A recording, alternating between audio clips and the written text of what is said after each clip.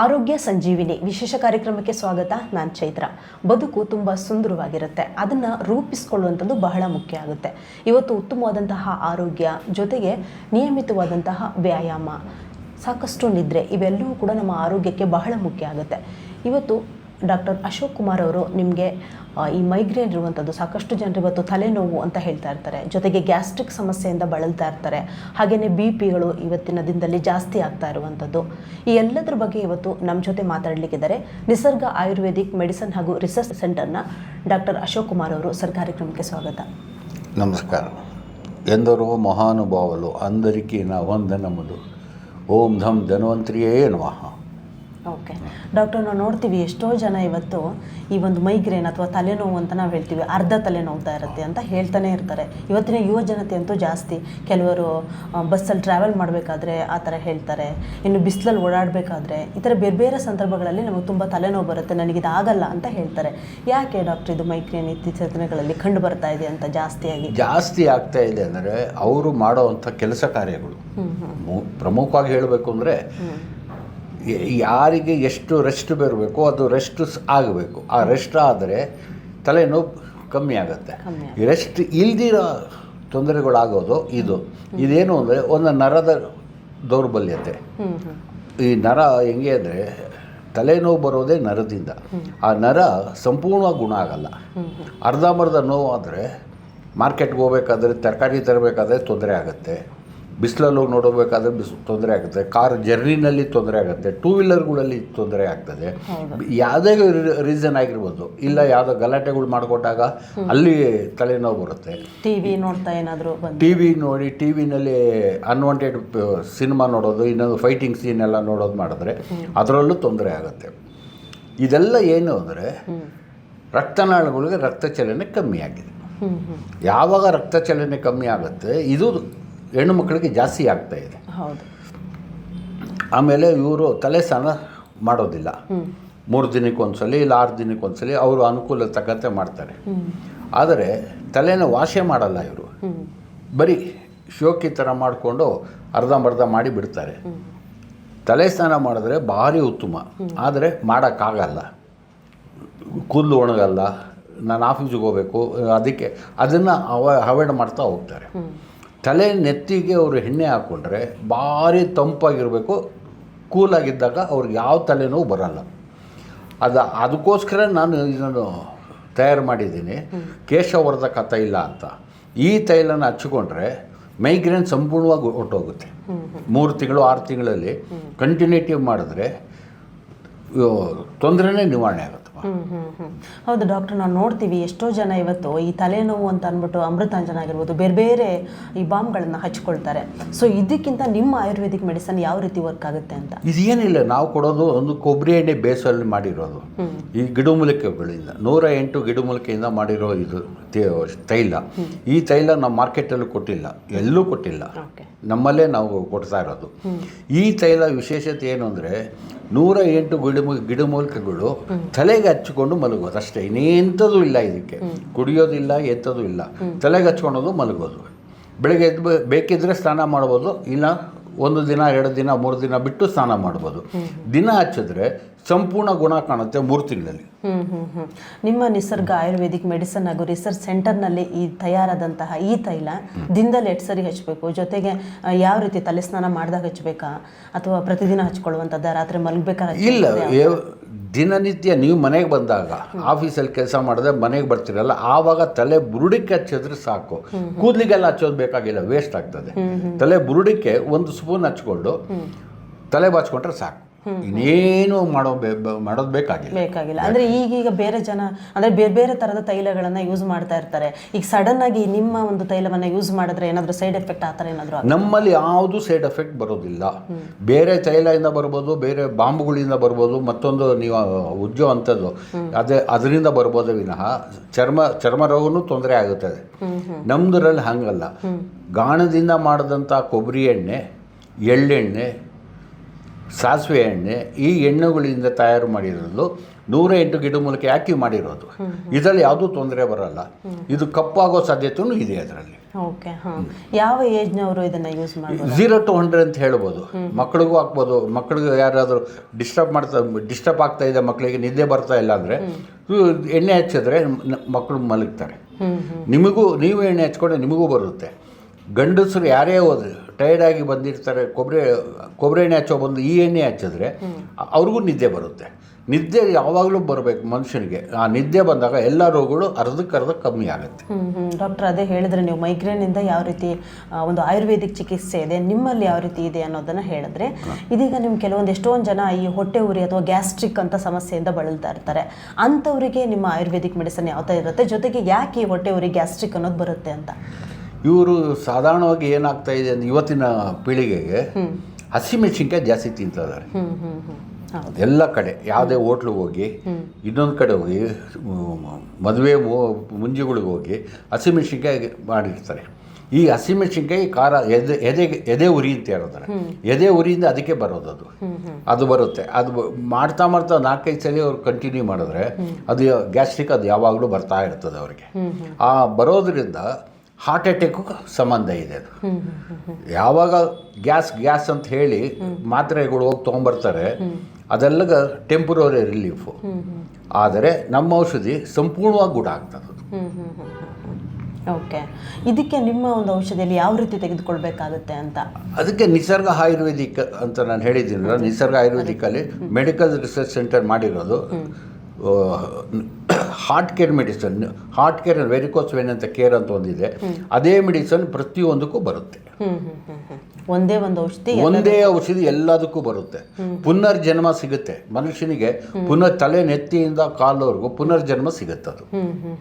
ಇವತ್ತಿನ ಜನತೆಯಲ್ಲಿ ನೋಡ್ತೀವಿ ಡಾಕ್ಟರ್, ನಾವು ಜಾಸ್ತಿ ಜನ BP ಅಂತ ಇವತ್ತು ಹೇಳ್ತಾರೆ.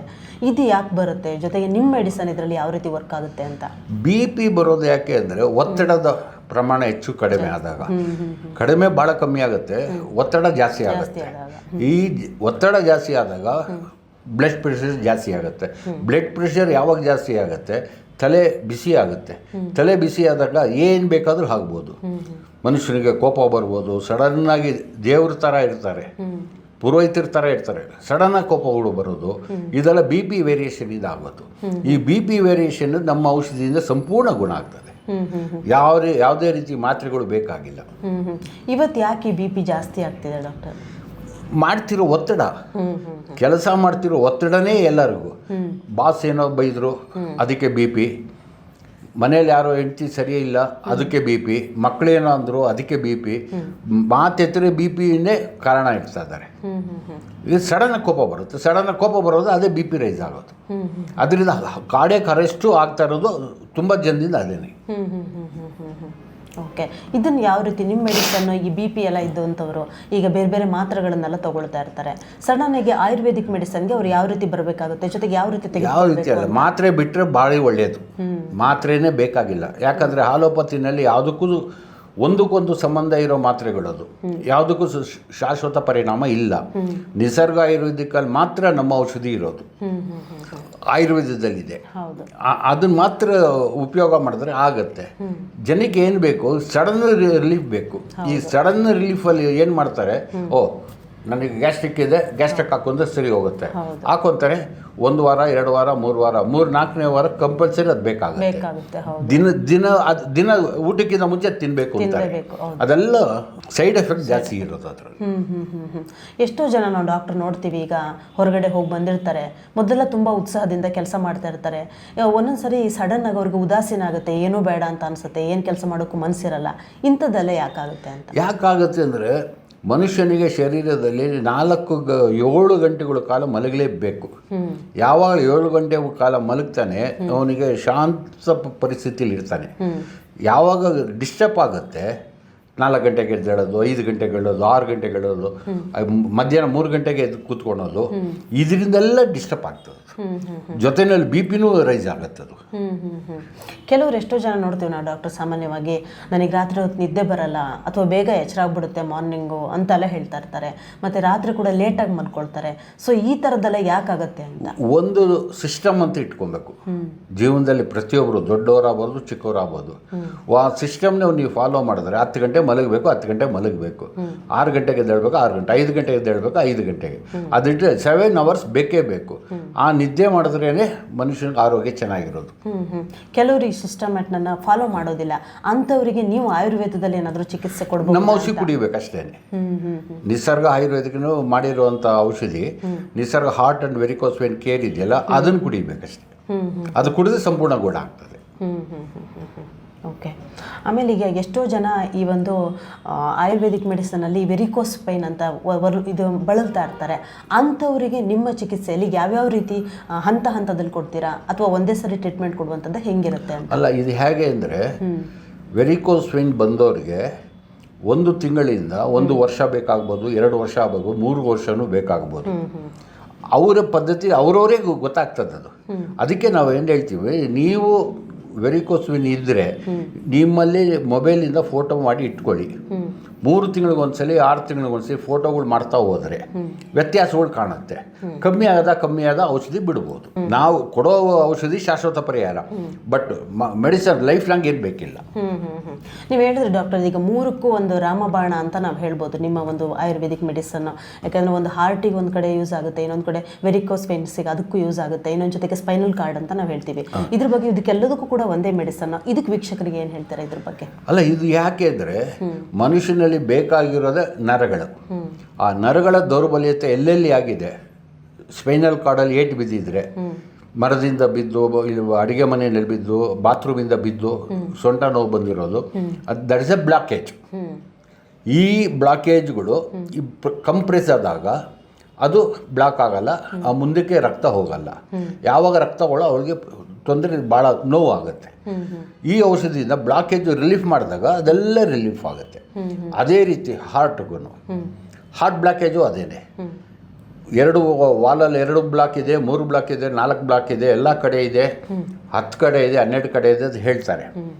ಇರೋದು 3 ಬ್ಲಾಕು 100% ಆದ್ರೂ ನಮ್ಮ ಔಷಧಿಯಿಂದ ಸಂಪೂರ್ಣವಾಗಿ ಗುಣ ಆಗ್ತಾ ಇದೆ, ಆಗಿದೆ, ಇವತ್ತು ಮಾಡ್ತಾ ಇದ್ದೀನಿ. ಎಷ್ಟೋ ಜನ ನಾವು ನೋಡ್ತೀವಿ ಡಾಕ್ಟರ್, ಈಗ ನಿಮ್ಮ ಒಂದು ಮೆಡಿಸನ್ ನೋಡಿದಾಗ ಶುಗರ್ ಇರುವಂಥವ್ರು ಬೇಕಾದ್ರೆ ಇದನ್ನು ಯೂಸ್ ಮಾಡ್ಬೋದಾ ಅಂತ ಕೇಳ್ತಾರೆ. ಅಂಥವ್ರಿಗೆ ನಾನು ಹೇಳೋದೇನು, ಶುಗರೇ ಇಲ್ಲಮ್ಮ. ಇದಕ್ಕೆ ಬೇರೆ ಬೇರೆ ವಿಜ್ಞಾನಿಗಳು ಬೇರೆ ಬೇರೆ ಥರ ಹೇಳಿದ್ದಾರೆ. ಕೆಲವರು ಇಲ್ಲ ಅಂತಿದ್ದಾರೆ, ಕೆಲವರು ಇದೆ ಅಂತಾರೆ.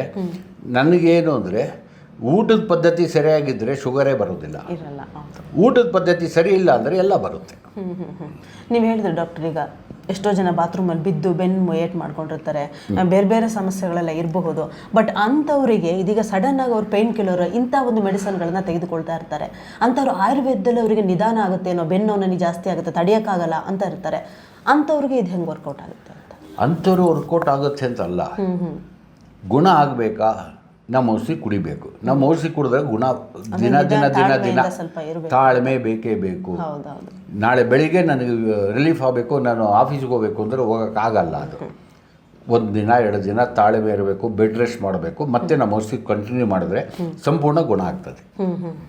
ಬೆನ್ನು ನೋವಿಗೆ ಈ ಔಷಧಿ ಅಂದರೆ ಯಾವ ರೀತಿ ತೆಗೆದುಕೊಳ್ಬೇಕಾಗುತ್ತೆ? ಜನ ಏನಾದರೂ ಪಥ್ಯ ಏನಾದರೂ ಮಾಡಬೇಕಾ, ಅಥವಾ ದಿನದಲ್ಲಿ ಎಷ್ಟು ಟೈಮ್ ತೆಗೆದುಕೊಳ್ಬೇಕು? ಜೊತೆಗೆ 15 ದಿನಕ್ಕೆ ಮೆಡಿಸನ್ ಇದೆಯಾ, ಯಾವ ಥರ ಅಂತ ನಿಮ್ಮದು? ಅಲ್ಲ, ನಾವು ಕೊಡೋದೇ 1 ತಿಂಗಳು ಮೆಡಿಸನ್. ಆ 1 ತಿಂಗಳಲ್ಲೇ ಅವ್ರಿಗೊಂದು 5% ಪ್ರಯೋಜನ ಸಿಗುತ್ತೆ. 2ನೇ ತಿಂಗಳಾದಾಗ 10% ಸಿಗುತ್ತೆ, 3ನೇ ತಿಂಗಳಲ್ಲಿ 15%, 30% ಥರ ಸಿಗುತ್ತೆ. ಈ ರೀತಿ ಅದಾಗ್ತಾ ಹೋಗುತ್ತೆ. ನಿಮಗೆ 15 ದಿನಕ್ಕೆ 1 ತಿಂಗಳಿಗೆ ಅಲ್ಲ, 1 ತಿಂಗಳು ಕೋರ್ಸು ನಾವು ಕೊಡೋದು. ನಾವು ಅಡ್ವೈಸ್ ಮಾಡೋದು 1 ತಿಂಗಳು ಕೋರ್ಸ್ ತೊಗೊಳ್ಳಿ ಅಂತ. ಈ 1 ತಿಂಗಳಲ್ಲಿ ನಿಮಗೆ ಬೆನಿಫಿಟ್ ಗೊತ್ತಾದರೆ ನೀವೇ ಬಂದು ತೊಗೊಂಡೋಗ್ತೀರಾ. ನಾವು ನಿಮ್ಮ ಮನೆಗೆ ನಾವೇನು ಫೋನ್ ಮಾಡಿ ಬರೋದಿಲ್ಲ. ನೀವು ಬನ್ನಿ, ನಮ್ಮ ಔಷಧಿ ಕೊಡಿ. ಆಮೇಲೆ ನಮಗೆ ಯಾವುದು ಇದು ಬೇಕಿಲ್ಲ, ಮಾರ್ಕೆಟಿಂಗ್ ಬೇಡ. ಮನುಷ್ಯರಿಗೆ ಒಳ್ಳೆಯದಾದರೆ ಧನ್ಯೋತ್ಸವಿ ನಾನು. ಈ ಆಯುರ್ವೇದಿಕದಲ್ಲಿ ಏನೆಲ್ಲ ಗಿಡಮೂಲಿಕೆಗಳನ್ನು ಆ್ಯಡ್ ಮಾಡಿದ್ದೀರಾ ಸರ್? ಇದರಲ್ಲಿ 108 ಗಿಡಮೂಲಿಕೆಗಳು ನಾನು ಮಾಡಿರೋದು. ನನ್ನ ಹತ್ರ ಇರೋದು ಗಿಡಮೂಲಿಕೆಗಳು 1800 ಗಿಡಮೂಲಿಕೆಗಳು ಇದೆ. ನಾನು ಉಪಯೋಗ ಮಾಡ್ತಿರೋದು 108 ಶಾಸ್ತ್ರ ಪ್ರಕಾರ 108 ಗಿಡಮೂಲಿಕೆ ನಾನು ಮಾಡಿರೋದು. ಈ ವೆರಿಕೋಸ್ ವೇನ್ಸ್ಗೆ ಯಾವ ರೀತಿ ಟ್ರೀಟ್ಮೆಂಟ್ ತೊಗೊಬೇಕಾಗುತ್ತೆ? ಎಲ್ಲ ಒಂದೇ ಟ್ರೀಟ್ಮೆಂಟು. 3 ರಾಮಬಾಣ ಪ್ರಮಾಣದಲ್ಲಿ ನೀವು ಅದನ್ನ 100 ml ಬೆಳಿಗ್ಗೆ ಎದ್ದು ಖಾಲಿ ಹೊಟ್ಟೆಗೆ 100 ml ಕುಡಿದು ಅರ್ಧ ಗಂಟೆ ವಾಕ್ ಮಾಡಬೇಕು. ನೀರು ಕುಡಿಬಾರ್ದು ಅಷ್ಟೇ. ಅರ್ಧ ಗಂಟೆ ನಂತರ ನೀರು ಕಾಫಿ ಎಂತ ಬೇಕಾದ್ರೂ ಕುಡಿಬೋದು. ಬ್ರಷ್ ಮಾಡಲಿಲ್ಲ ಅಂದರೆ ಇನ್ನೂ ಉತ್ತಮ. ಅದು ಲಾವರಸ ಇರಬೇಕು ಶರೀರದಲ್ಲಿ, ಅದಿದ್ದಾಗ ಇನ್ನೂ ಒಳ್ಳೆಯದಾಗತ್ತೆ. ಈಗ ಈ ಮೆಡಿಸನ್ ತೊಗೊಂಡ್ಕೊಳ್ತಾ ಇರ್ತಾರೆ, ಸಮ್ಟೈಮ್ಸ್ ಅವ್ರಿಗೆ ಜ್ವರ ಬರುತ್ತೆ, ಇನ್ನೊಂದೇನೋ ಬಂದಿರುತ್ತೆ, ಆ ಟೈಮಲ್ಲಿ ಅವ್ರು ತೆಗೆದುಕೊಳ್ಬೇಕಾ ಅಥವಾ ಬೇಡವಾ? ನಮ್ಮಲ್ಲಿ ತಗೊಳ್ಳಿ ಅಂತಲೇ ನಾವು ಅಡ್ವೈಸ್ ಮಾಡ್ತೀವಿ. ನೀವು ಇಂಜೆಕ್ಷನ್ ಬೇಕಾ, ಡಾಕ್ಟರ್ ಹತ್ರ ಹೋಗಿ ಬೇರೆ ಇನ್ನೇನಾದ್ರು ಮಾತ್ರೆಗಳು ಬೇಕಾ ತೊಗೊಬೋದು, ಅದೇನು ತೊಂದರೆ ಇಲ್ಲ. ಅದು ಈಗ BP ಮಾತ್ರೆ, ಶುಗರ್ ಮಾತ್ರೆ, ಬೇರೆ ಥೈರಾಯ್ಡ್ ಆಗಿರ್ಬೋದು, ಕೊಲೆಸ್ಟ್ರಾಲ್, ಈ ಥರದ್ದೆಲ್ಲ ಬೇರೆ ಬೇರೆ ಸಮಸ್ಯೆಗಳಿರುತ್ತೆ. ಅದರಲ್ಲಿ ಅವರು ಈ ಇಂಗ್ಲೀಷ್ ಮೆಡಿಸನನ್ನು ತೆಗೆದುಕೊಳ್ತಾ ಇರ್ತಾರೆ, ಅದ್ರ ಜೊತೆಗೆ ಆಯುರ್ವೇದಿಕ್ ಮೆಡಿಸನನ್ನು ತೆಗೆದುಕೊಳ್ಬೋದಾ ಅಂತ ನಾವು ಸಜೆಸ್ಟ್ ಮಾಡಿರೋ ಪ್ರಕಾರ, ನಾನು ರಿಸರ್ಚ್ ಮಾಡಿರೋ ಪ್ರಕಾರ, ಬೆಳಿಗ್ಗೆ ಎದ್ದು ಕೂಡಲೇ ನಾನು ಔಷಧಿ ಕುಡಿಬೇಕು, ಅರ್ಧ ಗಂಟೆ ವಾಕ್ ಮಾಡಬೇಕು ಅಷ್ಟೇ. ಆಮೇಲೆ ನಿಮ್ಮದು ಏನೆಲ್ಲ ಕಾರ್ಯಕ್ರಮ ಇದೆಯಾ, ಯಾವುದಾದ್ರು ಮಾತ್ರೆಗಳು ಇರೋದು, ಇನ್ನೊಂದಿರೋದು ಯಾವುದಾದ್ರು ತೊಗೊಬೋದು. ಅದಕ್ಕೂ ಇದಕ್ಕೂ ಸಂಬಂಧ ಬರೋದಿಲ್ಲ. ಓಕೆ. ಇದೀಗ ವೆರಿಕೋಸ್ ವೇನ್ಸ್ಗೆ ಹೇಳಿದ್ರಿ, ಬೆನ್ನು ನೋವಿರುವಂಥವ್ರು, ಅಂಥವ್ರು ಎಷ್ಟು ಪ್ರಮಾಣದಲ್ಲಿ ಇದನ್ನು ತೆಗೆದುಕೊಳ್ಬೇಕು? ಎಲ್ಲರಿಗೂ ಒಂದೇ ರಾಮಬಾಣ 100 ml. ಅದು ಕುಡಿದ್ರೇನೆ ಅದು ವಾಸಿ ಆಗೋದು. ಅಂದ್ರೆ ಅದನ್ನು ಕೂಡ ಬೆಳಿಗ್ಗೆ ಮಾರ್ನಿಂಗ್ ಎದ್ದ ತಕ್ಷಣ ಎಲ್ಲ ಮಾರ್ನಿಂಗ್ ಎಲ್ಲ. ಹೇರ್ ಆಯಿಲ್ ನಾನೇನು ಹೇಳಿದ್ದೀನಿ, ಹೇರ್ ಆಯಿಲು ಸಂಜೆ ಬಂದಾಗ ತಲೆಗೆ ಹಚ್ಕೊಂಡು ತಲೆ ಬಾಚ್ಕೊಳ್ಳಿ ಅಂತೀವಿ ಅಷ್ಟೇ ವಿನಃ ಅದೇನು ಮಾರ್ನಿಂಗು ಅಂತೇನಿಲ್ಲ. ಈವ್ನಿಂಗ್ ಹಚ್ಕೊಂಡ್ರೆ ಸಾಕದು. ನಿಮಗೆ ಈಗ ಈ ಥರ ಮೆಡಿಸಿನ್ ಎಲ್ಲ ತೆಗೆದುಕೊಳ್ಬೇಕು ಅಂದರೆ ನಿಮ್ಮನ್ನು ಯಾವ ರೀತಿ ಕಾಂಟ್ಯಾಕ್ಟ್ ಮಾಡಬೇಕಾಗುತ್ತೆ ಡಾಕ್ಟರ್? ಈಗ ಪರದೆ ಮೇಲೆ ಕಾಣ್ತಾ ಇರೋದು ನನ್ನ address, phone number, Google map ಇದೆ, ಗೂಗಲ್ ಪಿನ್ ಇದೆ, ಯಾವುದ್ರಲ್ಲಿ ಬೇಕಾದ್ರೂ ಕಾಂಟ್ಯಾಕ್ಟ್ ಮಾಡಿ ಮಾತಾಡ್ಬೋದು. ಈಗ 1 ಮಂತ್ ಯಾವುದಾದ್ರೂ ಒಂದು ಮೆಡಿಸನ್ ಜನರು ತೊಗೊಂಡಿರ್ತಾರೆ, ಯಾವುದೋ ಒಂದು ಪ್ರಾಬ್ಲಮ್ ತೊಗೊಂಡಿರ್ತಾರೆ, ಅಂಥವ್ರಿಗೆ 1 ಮಂತಲ್ಲಿ ಕಮ್ಮಿ ಆಯಿತಾ ಇಲ್ವಾ ಅಂತ ಅವ್ರಿಗೆ ಗೊತ್ತಾಗಬೇಕು, ನಿಮ್ಮನ್ನು ಮೀಟ್ ಮಾಡಬೇಕು ಅಂತಂದ್ರೆ ಅವ್ರು ಏನು ಮಾಡಬೇಕು? ಅದು ಫೋನಲ್ಲಿ ಮಾತಾಡ್ಬೋದು. ಅಂದರೆ ಅವ್ರಿಗೆ ಯಾವ ಪ್ರಮಾಣದಲ್ಲಿ ಗೊತ್ತಾಗುತ್ತೆ ಅಂತ, ಕಮ್ಮಿ ಆಯಿತಾ ಇಲ್ವಾ ಅನ್ನೋ ಅವರೇ ಮಾತಾಡಬೇಕು. ಈಗ ನಾನು ಆ್ಯಸ್ ಎ ಡಾಕ್ಟರ್ ಆಗಿ ನಾನು ವಾಸಿ ಆಗುತ್ತೆ ಅಂತ ಹೇಳ್ಬೋದು, ಅದು ಎಷ್ಟಾಗುತ್ತೆ ನಿಮಗೇನು ಗೊತ್ತು? ನೀವೇ ಹೇಳಬೇಕಂತ ನನಗೆ. ನೀವು ಹೇಳಿದ್ರೆ ನನಗೆ ಗೊತ್ತಾಗೋದು. ನನಗೆ ಸೊಟ್ಟ ನೋವಿತ್ತು ಸ್ವಲ್ಪ ಕಮ್ಮಿ ಆಯಿತು, ಆ ನೋವಿತ್ತು, ಎದೆ ನೋವಿತ್ತು ಸ್ವಲ್ಪ ಕಮ್ಮಿ ಆಯಿತು, ನೀವು ಹೇಳ್ತೀರಾ, ಏನೋ ಒಂದು ಹೇಳ್ತೀರಾ, ಅದನ್ನು ನನಗೆ ಕೇಳಿ ಹೇಳ್ತೀನಿ. ಅದು ಡಾಕ್ಟರ್, ಇದೀಗ ಎಷ್ಟೋ ಜನ ಈ ಮೋಷನ್ ಸರಿಯಾಗಿ ಆಗಲ್ಲ ಅಂತ ಹೇಳ್ತಿರ್ತಾರೆ. ಜಾಸ್ತಿ ನಾನ್ ವೆಜ್ ತಿಂದಿರ್ಬೋದಿರ್ಬೋದು, ಇಲ್ಲ ಕೆಲವರಿಗೆ ಈ ಮೋಷನ್ನೇ ಒಂದು ಸರಿಯಾಗಿ ಆಗಿರೋದಿಲ್ಲ, ದಿನದಲ್ಲಿ 2-3 ಸರಿ ಹೋಗುವಂಥದ್ದು, ಇಲ್ಲ 2 ದಿನಕ್ಕೊಮ್ಮೆ ಹೋಗುವಂಥದ್ದು, ಈ ಥರದ್ದೆಲ್ಲ ಮಾಡ್ತಾ ಇರ್ತಾರೆ. ಅದು ಯಾಕೆ ಸಮಸ್ಯೆ ಬರುತ್ತೆ? ಜೊತೆ ನಿಮ್ಮದ್ರಲ್ಲಿ ಆಯುರ್ವೇದಿಕ್ ಮೆಡಿಸನ್ ಯಾವ ಥರ ಇದೆ ಅಂತ? ಇದು ಬಹಳ ಸುಲಭವಾದದ್ದು ಅಂತ ಏನಲ್ಲ.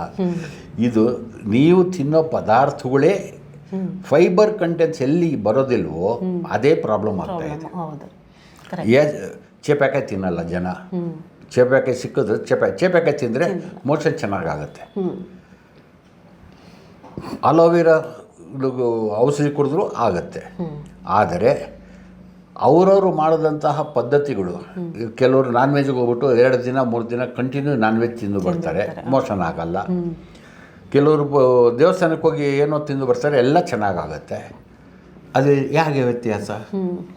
ಅವರವರ ಮಾಡೋದಂಥ ವ್ಯತ್ಯಾಸಗಳು. ಆಮೇಲೆ ಖಾರ ಜಾಸ್ತಿ ಇರ್ತದೆ. ನಮ್ಮ ಆಂಧ್ರ ಕಡೆ ಹೋದರೆ ಭಾಳ ಖಾರ ಇರ್ತದೆ. ಈ ಖಾರದಲ್ಲಿ ಎದೆ ತಡ್ಕೊಳಕ್ಕೆ ಆಗಲ್ಲ, ಮೋಷನೇ ಬರಲ್ಲ. ಸೊ ಇದು ಅವ್ರವ್ರು ಮಾಡಿದಂಥ ಪದ್ಧತಿ. ಸರಿ ಹೋಗಿಲ್ಲ ಅಂದರೆ ನಮ್ಮ ಔಷಧಿ ಕುಡಿಬೇಕು ಅಷ್ಟೇ. ನಮ್ಮ ಔಷಧಿ ಕುಡಿದ್ರೆ ಪರ್ಮನೆಂಟ್ ಕ್ಯೂರ್ ಆಗ್ತದೆ. ಈ ಥರ ಒಂದು ಕೆಲವು ಸಿಂಪಲ್ ಆಗಿರುವಂತಹ ಪ್ರಾಬ್ಲಮ್ಗಳು, ಇದಕ್ಕೆ ಈ ಮೆಡಿಸನನ್ನು ಎಷ್ಟು ಟೈಮ್ ತೆಗೆದುಕೊಳ್ಬೇಕಾಗುತ್ತೆ? ಎಲ್ಲರಿಗೂ ಒಂದೇ 100 ml. ಅಲ್ಲ ಅಂದರೆ ಎಷ್ಟು, 1 ತಿಂಗಳು 2 ತಿಂಗಳು ಆ ಥರ ಏನಾದರೂ? 6 ತಿಂಗಳು, 1 ವರ್ಷ, 2 ವರ್ಷ, ಈ ರೀತಿ. ತೊಂದರೆ ಇದ್ದವ್ರಿಗೂ 6 ತಿಂಗಳು ಸಾಕು, ತೊಂದರೆ ಇಲ್ಲದೇ ಇದ್ದವ್ರಿಗೂ 6 ತಿಂಗಳು ಸಾಕು. ಕಂಟಿನ್ಯೂಷನ್ ಮಾಡಿದ್ರೆ 1 ವರ್ಷ ಕುಡಿದ್ರೆ, ನಾವು ಹೇಳೋದು ಒಂದು ವರ್ಷ ಕುಡೀರಿ, ಪುನರ್ಜನ್ಮ ಸಿಗುತ್ತೆ ನಿಮ್ಮ ಶರೀರಕ್ಕೆ. ಓಕೆ. ಎಸ್ ಡಾಕ್ಟರ್, ಹೇಳಿದ್ರೆ ಇದೀಗ ಕೇಶವರ್ಧಕ ಕೂಡ ನಿಮ್ಮಲ್ಲಿ ಲಭ್ಯ ಇದೆ ಆಯುರ್ವೇದಿಕ್ ಅಂತ, ಅದಕ್ಕೆ ಯಾವ ರೀತಿ ಪ್ರೈಸ್ ಆಗುತ್ತೆ ಅಂತ? ಇಲ್ಲಿ ನಾನು ಹೇಳೋದೇನು ಅಂದರೆ, ಈಗ ನಿಸರ್ಗ ಆಯುರ್ವೇದಿಕ್ ಮೆಡಿಸಿನ್ ರಿಸರ್ಚ್ ಸೆಂಟರಲ್ಲಿ ಹೇರ್ ಆಯಿಲ್ ಅಂತ ಮಾಡಿದ್ದೀನಿ. ಹೇರ್ ಆಯಿಲ್ ಬಂದು 750 ರೂಪಾಯಿ 200 ml. ಸಾಧಾರಣ ಒಂದು ಹೆಣ್ಣು ಮಗು 1 ತಿಂಗಳಿಗೆ ಹಾಕ್ಬೋದು. ಆ ರೀತಿ 3ರಿಂದ 6 ತಿಂಗಳು ಕಂಟಿನ್ಯೂ ಮಾಡಿದ್ರೆ ಪ್ರಾಬ್ಲಮ್ ಸಾಲ್ವ್ ಆಗುತ್ತೆ, ಮೈಗ್ರೇನ್ ಹೋಗುತ್ತೆ, ಪ್ಲಸ್ ಕೂದಲು ಬೆಳೀತದೆ. ತಲೆಯಲ್ಲಿ ಹೊಟ್ಟು ಹೇನು ಏನಾದಿದ್ರೆ ಅದು ಸಹ ಹೋಗುತ್ತೆ. ವೈಟ್ ಹೇರ್ಸ್ ಇದ್ರು ಕೂಡ ವೈಟ್ ಹೇರ್ಸ್ ಇದ್ದು ಸಾಧಾರಣವಾಗಿ ತಕ್ಕ ಮಟ್ಟಿಗೆ ಬರುತ್ತೆ, ಫುಲ್ ಬರೋದಿಲ್ಲ, ತಕ್ಕ ಮಟ್ಟಿಗೆ ಸಿಗುತ್ತೆ ಅದು. ಯಾಕಂದರೆ ನಾನು ಮಿಸ್ಗೈಡ್ ಮಾಡಬಾರ್ದು. ಹೌದು. ಇನ್ನೊಂದು ಡಾಕ್ಟರ್, ನೀವೀಗ ಈ ಹಾರ್ಟಿಂದ ಇರ್ಬೋದು, ಸ್ಪೈನಲ್ ಕಾರ್ಡ್ ಇರ್ಬೋದು, ಇದಕ್ಕೆ ನೀವು ಚಿಕಿತ್ಸೆ ಕೊಡ್ತಾ ಇದ್ದೀರಾ, ಅದು ಯಾವ ರೀತಿ ಇರುತ್ತೆ, ಪ್ರೈಸಸ್ ಹೆಂಗಿರುತ್ತೆ ಅಂತ? ಪ್ರೈಸಸ್ ಸ್ಕ್ರೀನ್ ಮೇಲೆ ನೋಡ್ತಾ ಇದ್ದೀರಾ, ನಿಸರ್ಗ ಹಾರ್ಟ್ ಆ್ಯಂಡ್ ವೆರಿಕೋಸ್ ವೇನ್ 40 ವರ್ಷದ ಸಾಧನೆ ಅದು. ಅದರಲ್ಲಿ 8,600 ರೂಪಾಯಿ ನಾನು ಚಾರ್ಜ್ ಮಾಡ್ತಾ ಇದ್ದೀನಿ ಒಂದು ತಿಂಗಳಿಗೆ ಒಬ್ಬರಿಗೆ. ಅದನ್ನು ಕುಡಿದ್ರೆ ಪಟ್ಟಿರುವಂಥ ಶ್ರಮಕ್ಕೆ ನೀವು ಕೊಟ್ಟಿರೋ ದುಡ್ಡಿಗೆ ನಿಮ್ಮ ಅನುಕೂಲನೇ ನೀವೇ ಮಾತಾಡ್ತೀರಾ. ಇವತ್ತು 40 ವರ್ಷದಿಂದ ಎಲ್ಲ ಜನರು ಅವರೇ ಬಂದು ಅವರೇ ತೊಗೊಂಡೋಗ್ತಾ ಇದ್ದಾರೆ.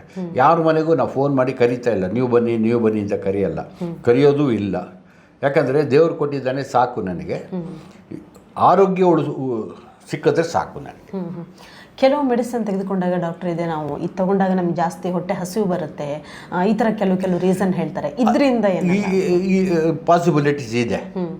ಕೆಲವ್ರಿಗೆ ಹೊಟ್ಟೆ ಹಸುವೆ ಆಗಲ್ಲ, ಹೌದು, ಒಂದು ಇಡ್ಲಿ ತಿಂದರೆ ಸಾಕು ಅನಿಸ್ತಿರುತ್ತೆ. ಕೆಲವ್ರಿಗೆ 2-3 ಇಡ್ಲಿ ತಿಂದರೂ ಇನ್ನೊಂದು ಅರ್ಧ ಗಂಟೆಯಲ್ಲಿ ಬೇಕಾಗತ್ತೆ. ಅಂಥವ್ರು ನಮ್ಮ ಔಷಧಿ ಕೊಡಿದ್ರೆ ಸಂಪೂರ್ಣ ಗುಣ ಆಗ್ತದೆ.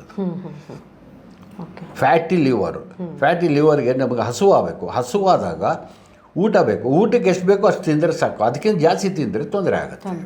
ಡಾಕ್ಟರ್, ಇದೀಗ ನಿಮ್ಮ ಮೆಡಿಸಿನ್ ತೆಗೆದುಕೊಳ್ಬೇಕಾ ಅಂತಂದರೆ ನಿಮ್ಮ ಒಂದು ಕ್ಲಿನಿಕ್ಕಿಗೆ ಬಂದೇ ತೆಗೆದುಕೊಳ್ಬೇಕಾ, ಅಥವಾ ಏನಾದರೂ ಕೊರಿಯರ್ ಸಿಸ್ಟಮ್ ಆ ಥರ ಬೇರೆ ಏನಾದರೂ ಇದೆಯಾ ಅಂತ? ಅಲ್ಲ, ನಾನು ಹೇಳೋದು ಮೊದಲನೇ ಬಾರಿಗೆ ಬಂದರೆ ಒಳ್ಳೆಯದು, ಬರೋಕ್ಕಾಗಲಿಲ್ಲ ತೊಂದರೆ ಇಲ್ಲ, ನಿಮ್ಮಲ್ಲಿ ಕೊರಿಯರ್ ಮುಖಾಂತರ ಕಳಿಸ್ಬೋದು. ನಾವು ಚಾರ್ಜ್ ಮಾಡೋದು ಏನು ಅಂದರೆ ಒಂದು ತಿಂಗಳಿಗೆ 8,600 ರೂಪಾಯಿ ಪ್ಲಸ್ 300 ರೂಪಾಯಿ ಕೊರಿಯರ್ ಚಾರ್ಜಸ್ಸು. ಇದು ಕರ್ನಾಟಕದಲ್ಲಿ ಎಲ್ಲಿ ಬೇಕಾದರೂ ನಾವು ಕೊಡ್ಬೋದು. ಉಡುಪಿ, ಮಂಗಳೂರು, ಬಾಂಬೆಗೆಲ್ಲ ಆದರೆ ಜಾಸ್ತಿ ಆಗುತ್ತೆ. ಬಾಂಬೆ, ತಮಿಳುನಾಡು, ಮಧ್ಯಪ್ರದೇಶಕ್ಕೆ ಹೋಗಬೇಕಾದ್ರೆ ಅದೆಲ್ಲ 1,000 ರೂಪಾಯಿ ಆಗುತ್ತೆ. ಉಡುಪಿಗೆ 300 ರೂಪಾಯಿ ಚಾರ್ಜಸ್ ಇದೆ. ಉಡುಪಿ, ಮಂಗಳೂರು, ಮೈಸೂರು, ದಾವಣಗೆರೆ, ಬೀದರು ಎಲ್ಲ ಕಡೆ ಇಡೀ ಕರ್ನಾಟಕದಲ್ಲಿ 300 ರೂಪಾಯಿ ಚಾರ್ಜ್ ಮಾಡ್ತೀವಿ. ನಮ್ಮದು ರೇಟು 8,600 ರೂಪಾಯಿ. 8,900 ರೂಪಾಯಿ ಕಳಿಸಿರೋ ನಂಬರ್ಗೆ ಗೂಗಲ್ ಪೇ ಬರುತ್ತೆ. ನಿಮ್ಮ ಅಡ್ರೆಸ್ ಕಳಿಸಿದ್ರೆ ನಾವು ಅಲ್ಲಿಂದ ಕೊರಿಯರ್ ಕಳಿಸ್ತೀವಿ. ಅದು 2 ದಿನದಿಂದ 5 ದಿನದೊಳಗಡೆ ಸಿಗುತ್ತೆ ನಿಮಗೆ. ಎಸ್ ಡಾಕ್ಟರ್, ಇದಕ್ಕೆ ಸಾಕಷ್ಟು ವಿಚಾರ ನೀವು ಮಾತನಾಡಿದ್ರಿ. ಇವತ್ತು ಮೈಗ್ರೇನ್ ಇರ್ಬೋದು, ಈ ಗ್ಯಾಸ್ಟ್ರಿಕ್ ಅಂತ ಹೇಳ್ತಾ ಇರ್ತಾರೆ, ಅದು ಹಾರ್ಟ್ಗೂ ಸಂಬಂಧ ಇರುತ್ತೆ ಅಂತ ನೀವು ಹೇಳಿದ್ರಿ. ಜೊತೆಗೆ ಕೆಲವರು ಬೇರೆ BP ಇರ್ಬೋದು, ಇಂತಹ ಬೇರೆ ಸಮಸ್ಯೆಗಳೆಲ್ಲ ಇರುತ್ತೆ. ಜೊತೆಗೆ ವೆರಿಕೋಸ್ ಇರ್ಬೋದು, ನಿಮ್ಮದು ಸ್ಪೈನಲ್ ಕಾರ್ಡ್ ಇರ್ಬೋದು, ಇಂಥೆಲ್ಲ ಸಮಸ್ಯೆಗಳಿಗೆ ನೀವು ಸಾಕಷ್ಟು ವಿಚಾರಗಳನ್ನು ಇವತ್ತು ಹೇಳಿದ್ರಿ. ಯಾಕೆ ಬರುತ್ತೆ, ಜೊತೆಗೆ ನಿಮ್ಮ ಆಯುರ್ವೇದಿಕ್ ಮೆಡಿಸನಲ್ಲಿ ಯಾವ ರೀತಿ ಕ್ಯೂರ್ ಆಗುತ್ತೆ ಅನ್ನೋದ್ರ ಬಗ್ಗೆ ಹೇಳಿದ್ರಿ. ಧನ್ಯವಾದಗಳು ಡಾಕ್ಟರ್. ನಮಸ್ಕಾರ. ಎಸ್ ವೀಕ್ಷಕರೇ, ಈಗಾಗಲೇ ನೀವು ನೋಡಿದ್ರಲ್ಲ, ಡಾಕ್ಟರ್ ಅಶೋಕ್ ಕುಮಾರ್ ಅವರು ಸಾಕಷ್ಟು ವಿಚಾರ ನಿಮ್ಗೆ ಹೇಳಿದ್ದಾರೆ. ಇವತ್ತು ಬೇರೆ ಸಮಸ್ಯೆಗಳು ಯಾಕೆಲ್ಲ ಸೃಷ್ಟಿಯಾಗುತ್ತೆ, ಬಹಳ ಮುಖ್ಯವಾಗಿ ಕಂಡುಬರುವಂಥದ್ದು ನಮ್ಮ ಆಹಾರ, ಜೀವನ ಶೈಲಿ, ಇದೇ ಬಹಳ ಮುಖ್ಯವಾಗಿ ಕಂಡುಬರ್ತಾ ಇರುವಂಥದ್ದು. ಈ ಎಲ್ಲ ಸಮಸ್ಯೆಗಳು ಇರುವಂಥವರು ಕೂಡ ಈ ಮೆಡಿಸನನ್ನು ತೆಗೆದುಕೊಳ್ಬೋದು, ಜೊತೆಗೆ ಇಲ್ಲದೇ ಇರುವಂಥವರು ಕೂಡ ಈ ಮೆಡಿಸನನ್ನು ತೆಗೆದುಕೊಳ್ಬೋದು. ಬಹಳ ಮುಖ್ಯವಾಗಿ ಇವತ್ತು ಈ ಮೆಡಿಸನ್ಗೆ ಎಷ್ಟು ಅಮೌಂಟ್ ಆಗುತ್ತೆ, ಜೊತೆಗೆ ಯಾವ ರೀತಿಯೆಲ್ಲ ಇದನ್ನು ತೆಗೆದುಕೊಳ್ಬೇಕಾಗುತ್ತೆ, ಬಹಳ ಮುಖ್ಯವಾಗಿ ಇನ್ನೊಂದು ಹೇಳಿದ್ರು, ಕೇಶವರ್ಧಕವನ್ನು ಕೂಡ ಇವತ್ತು ನಿಮಗೆ ಹೇಳಿದ್ರು. ನಿಮ್ಮ ಎಷ್ಟೊಂದು ಮೈಗ್ರೇನ್ ಇರ್ಬೋದು, ಜೊತೆಗೆ ನಿಮ್ಮ ಕೂದಲು ಉದುರುವಂತಹ ಸಮಸ್ಯೆಗಳಾಗಿರ್ಬೋದು, ಬೇರೆ ಇರ್ಬೋದು, ಇದೆಲ್ಲದಕ್ಕೂ ಕೂಡ ಇವತ್ತು ಒಂದೇ ರೀತಿಯ ಮೆಡಿಸನ್ ಇರುವಂಥದ್ದು. ಅದು ಅಲ್ಲದೆ ಬಹಳ ಮುಖ್ಯವಾಗಿ ನಿಮ್ಮ ಒಂದು ಸ್ಪೈನಲ್ ಕಾರ್ಡ್ ಇರ್ಬೋದು, ಜೊತೆಗೆ ಹಾರ್ಟ್ ಇರ್ಬೋದು, ಹಾಗೆಯೇ ಇನ್ನೊಂದು ವೆರಿಕೋಸ್ ವೇನ್ಸ್, ಇದೆಲ್ಲದಕ್ಕೂ ಕೂಡ 3ಕ್ಕೂ ಒಂದೇ ರಾಮಬಾಣ ಔಷಧಿ ನಿಸರ್ಗ ಆಯುರ್ವೇದಿಕ್ ಹಾಗೂ ಮೆಡಿಸಿನ್ ರಿಸರ್ಚ್ ಸೆಂಟರ್ನಲ್ಲಿ ಸಿಗುವಂಥದ್ದು. ಡಾಕ್ಟರ್ ಅಶೋಕ್ ಕುಮಾರ್ ಅವರು 40 ವರ್ಷಗಳ ಸಾಧನೆಯಲ್ಲಿ ಇದನ್ನು ಮಾಡಿರುವಂಥದ್ದು. ಹಾಗೆ ಮುಂದಿನ ದಿನದಲ್ಲಿ ನಿಮ್ಗೆ ಇನ್ನೊಂದು ವಿಚಾರಗಳ ಬಗ್ಗೆ, ಬೇರೆ ವಿಚಾರಗಳ ಬಗ್ಗೆ ನಿಮ್ಮ ಜೊತೆ ಮಾತನಾಡ್ತಾರೆ. ಹಾಗೆ ನೀವು ಈ ಮೆಡಿಸನ್ನ ತೆಗೆದುಕೊಳ್ಬೇಕು ಅಂತಂದರೆ ಸ್ಕ್ರೀನ್ನಲ್ಲಿ ಬರ್ತಾ ಇರುವಂತಹ ನಂಬರ್ಗೆ ಕರೆ ಮಾಡ್ಬೋದು. ಜೊತೆಗೆ ಬಂದು, ಇಲ್ಲಾಂದರೆ ನೀವು ಕ್ಲಿನಿಕ್ಗೆ ಬಂದು ಕೂಡ ತೆಗೆದುಕೊಳ್ಬೋದು. ಹಾಗೆ ಕೊರಿಯರ್ ವ್ಯವಸ್ಥೆ ಕೂಡ ಇರುತ್ತೆ. ಧನ್ಯವಾದಗಳು.